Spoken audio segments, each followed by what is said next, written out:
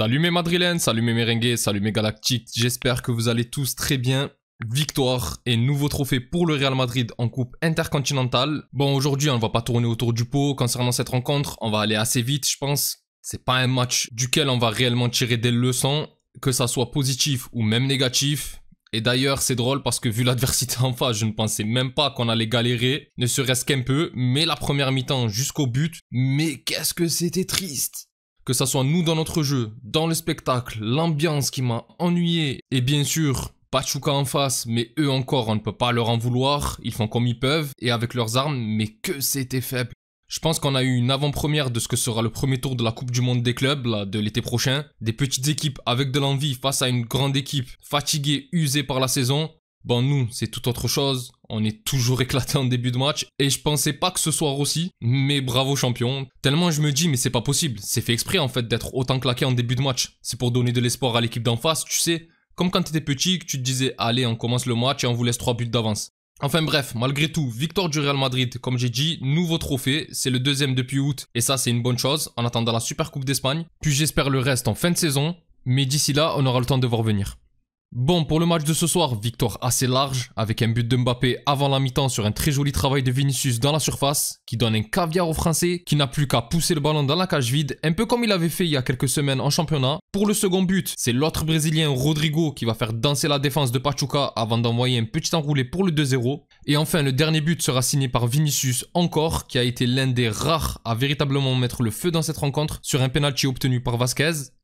Le Brésilien qui a eu son trophée The Best hier soir, franchement mérité, ça rattrape un peu de l'escroquerie du Ballon d'Or. Et même s'il est mal aimé, il a encore montré ce soir que lui, peu importe l'adversaire, il va te faire la différence. A noter que durant cette cérémonie, il y a eu d'autres récompenses. Ancelotti qui a été élu meilleur entraîneur de l'année. Et bon, c'est un peu normal quand tu gagnes la Ligue des Champions.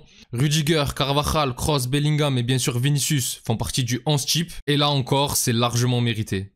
Petite parenthèse close, on repart sur le débrief du match. Mais bon, ce soir, franchement, ça ressemblait plus à un match d'entraînement qu'à un match officiel de finale de trophée, avec tout le respect que j'ai pour les Mexicains qu'on va rejouer en fin d'année.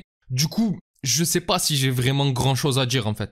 Côté compo, pas de grande surprise, on connaît maintenant Ancelotti. Quand n'importe quel élément de son 11 type revient, même après une longue blessure ou ce que tu veux, il joue. Il joue, et là où en avant-match j'avais donné cette compo, mais où j'espérais me tromper avec la possible titularisation de Ceballos ou d'Asensio, ben non, bien sûr que non.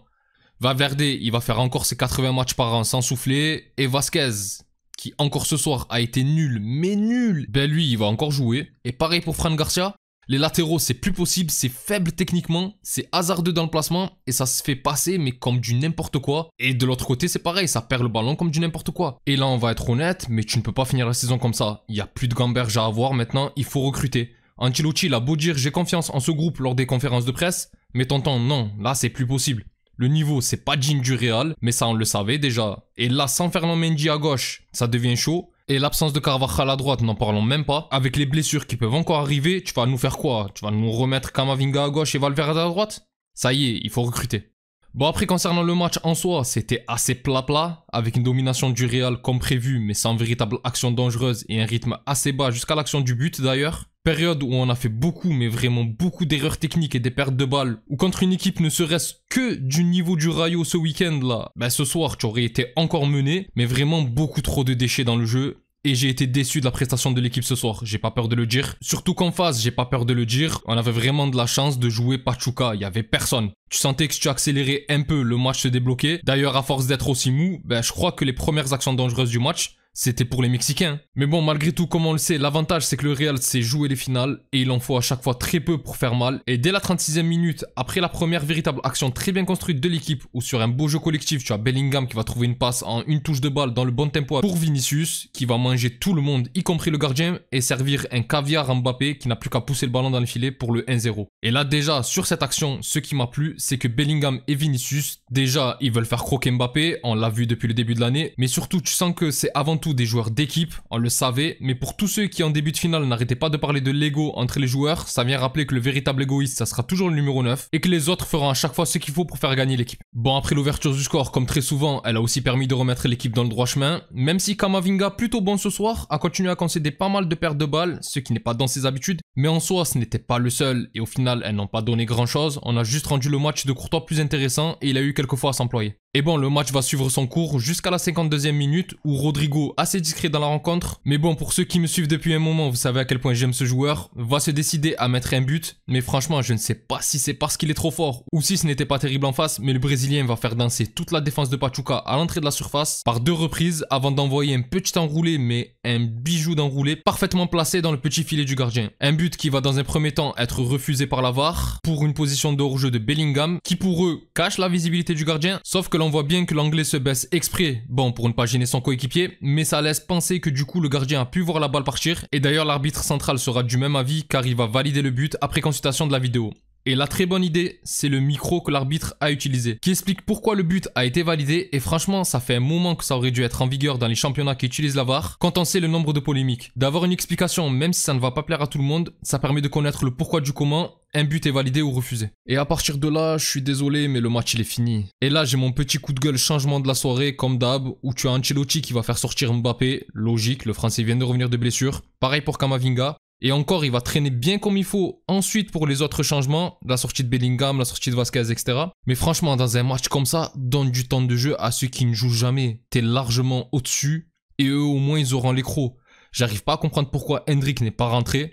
Arda Güler, tu lui donnes même pas 5 minutes. Je comprends que tu veuilles garder un remplacement en cas de blessure ou quoi, mais faut pas abuser.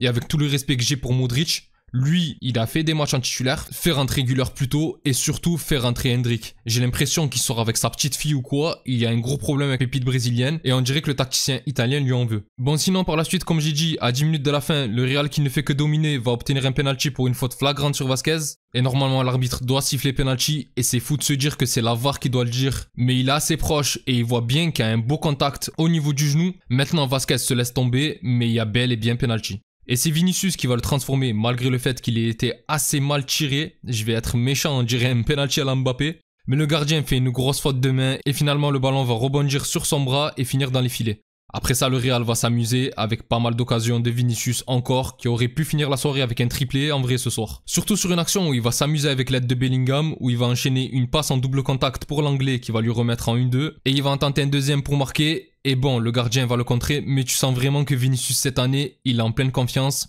et en fait, il est même plus fort que l'année dernière. A noter que c'est le premier match de Bellingham sans but ou action décisive de l'anglais depuis un petit moment. Et bon, c'est dommage, j'aurais bien aimé que ça continue. Après, il reste la rencontre contre Séville dimanche. On ne sait jamais, ce match, comme je disais, je ne le compte pas vraiment. C'est pas une victoire qui en soi est très importante. Bon, tu prends un trophée, mais c'était écrit. Et malgré tout, tu vas avoir droit à ton badge sur le maillot, et ça, c'est toujours cool.